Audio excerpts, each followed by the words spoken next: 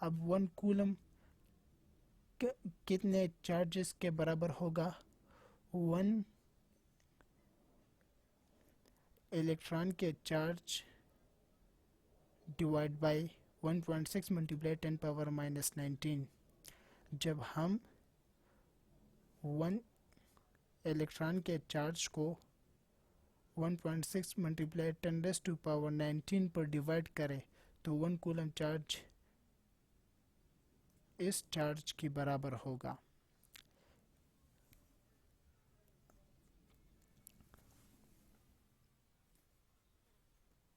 جب ہم اس کا ڈویژن کریں تو ہمارے ساتھ 1 کولم برابر ہوتا ہے 0.625 ملٹیپلائی 10 پاور 19.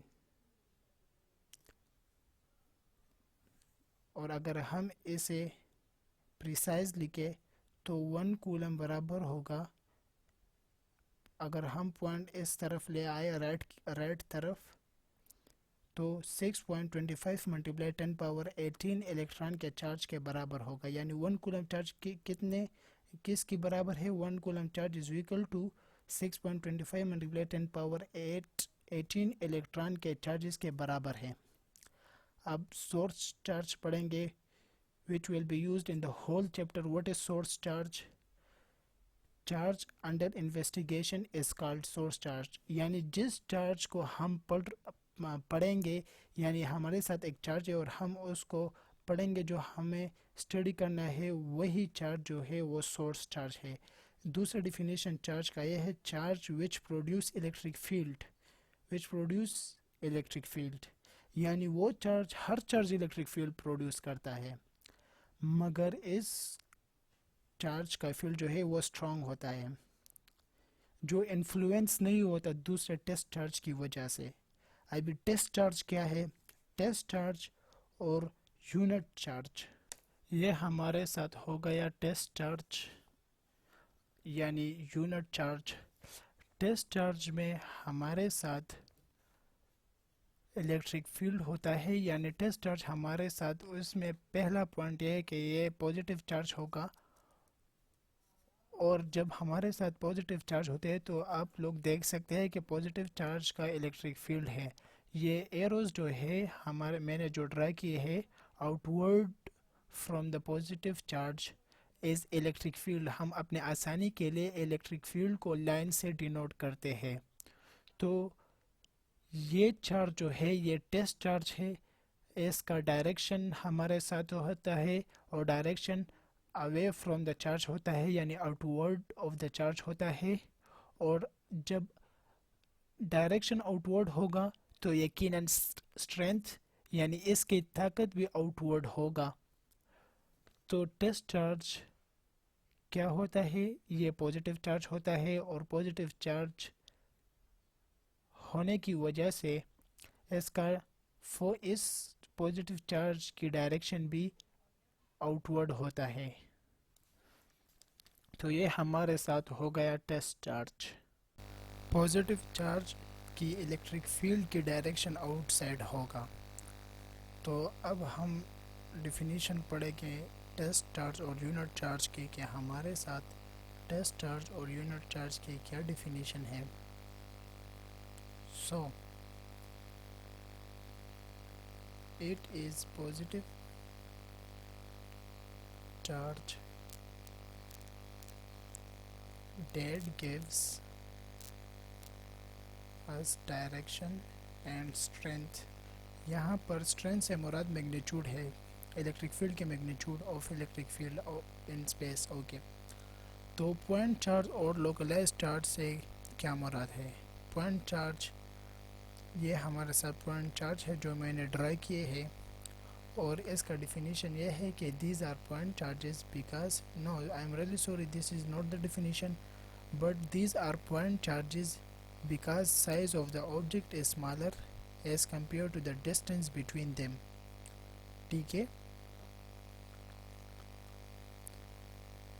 تو یہ ہمارے ساتھ پوائنٹ چارجز ہیں کیونکہ ان میں ڈسٹینس زیادہ ہے اور چارج کا سائز کم ہے. اگر ہمارے ساتھ ڈسٹینس زیادہ ہوگا اور سائز کم ہوگا تو یہ ہمارے ساتھ پوائنٹ چارجز ہوں گے. اگر ہمارے ساتھ چارج کا سائز بڑا ہو اور ان کے درمیان ڈفرینس یعنی ڈسٹینس کم ہو تو پھر یہ ہم پوائنٹ چارجز کنسیڈر نہیں کر سکتے because distance is very small as compared to the size of any objects carries charges. تو یہ ہمارے ساتھ پوائنٹ چارجز کنسیڈر نہیں ہوتے. اب ہم ڈیفینیشن پڑھیں گے کہ ہمارے ساتھ کیا ڈیفینیشن ہے. یہاں پر ڈسٹینس کم تھا. اچھا ڈیفینیشن یہ ہے کہ the bodies carrying charges are smaller as compared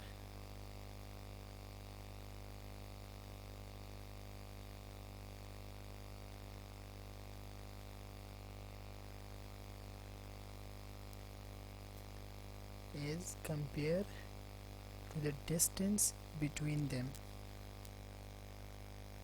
okay so یہ تو ڈیفینیشن ہو گیا. ایکسپلینیشن میرے ڈیٹیل میں بتایا آپ لوگوں کو. اب ہمارے ساتھ ایک کویسچن ارائز ہوتا ہے کہ how can we charge a body. ہم ایک باڈی کو چارج کس طرح کریں گے. ہمارے ساتھ ارد گرد کے ماحول میں سارے نیوٹرل چارجز ہوتے ہیں یعنی آئی am really sorry Hare body جو ہے وہ نیوٹرل ہوتا ہے. تو ہم ان آبجیکٹس کو کس طرح چارج کریں گے. تو ہم چارج کریں گے with the help of loss and gain of electron.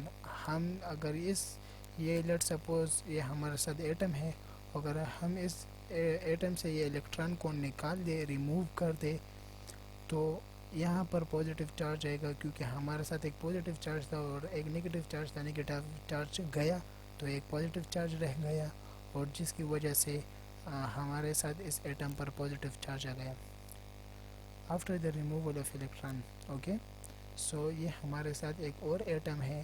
اگر ہم اس میں ایک الیکٹران کو ایڈ کر دے تو یہاں پر پازیٹیو چارج کم ہو جائے گا اور دو چارجز ہے تو ہمارے ساتھ کیا ہو جائے گا, نیگیٹو چارج کی ایفیشینسی ہو جائے گی. تو additional of electron take place because of which this atom will have negative charge. تو ہم اس طرح باڈی کو چارج کر سکتے ہیں. ٹھیک ہے, تو یہ ہمارے ساتھ ہو گیا چارجز کے بارے میں. اب ہم پڑھیں گے یعنی پچھلے اگزامپل سے ہمیں یہ پتہ چلا کہ جو چارجز ہوتے ہیں وہ کنزروڈ ہوتے ہیں یعنی ٹرانسفر ہوتی ہے. خود ہم چارجز کو کریٹ نہیں کر سکتے نہ ہم ڈسٹروائے کرتے. So from the previous atom example we have understood that charge is conserved. Okay, so now we will study conservation of charge.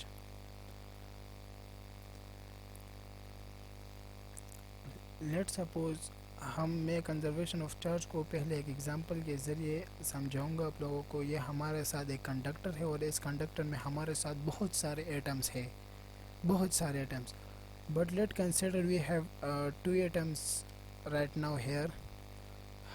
ایک ہر ایٹم میں دو الیکٹران ہیں ہمارے ساتھ اور دو پروٹان ہیں. تو ایٹم نیوٹرل ہے. اگر ہم اس ایک ایٹم سے الیکٹران کو ریموو کرتے, لاس کر دے اور دوسرے پر گین کر دے تو ہمارے ساتھ اس ایک ایٹم پر پازیٹیو چارج آئے گا کیونکہ یہاں پر پروٹان کی چارج کی ایفیشینسی ہو گئی اور دوسرے ایٹم پر جو ہے وہ نگیٹیو چارج آ گیا. وہاں پر نگیٹیو چارج کی ایفیشینسی ہو گئی تو وہاں پر نگیٹیو چارج آ گیا اور یہاں پر پازیٹیو چارج آ گیا. تو ہمارے ساتھ جو چارج تھا وہ کنزروڈ ہے یعنی ہم نے تو نہ کریٹ کیا نہ ہم نے ڈسٹروائے کیا, صرف یہ ٹرانسفر ہوتی ہے تو اس لیے چارج آتی ہے. ورنہ پہلے تو کنڈکٹر میں ایٹم تو جو تھا وہ نیوٹرل تھا. ابھی جو لاس اور گین کی وجہ سے ہمارے ساتھ چارجز ان پر آ گیا. سو electron charge has been transferred. Okay, so what is the definition? Conservation of charge. Conservation of charge means that charge can neither be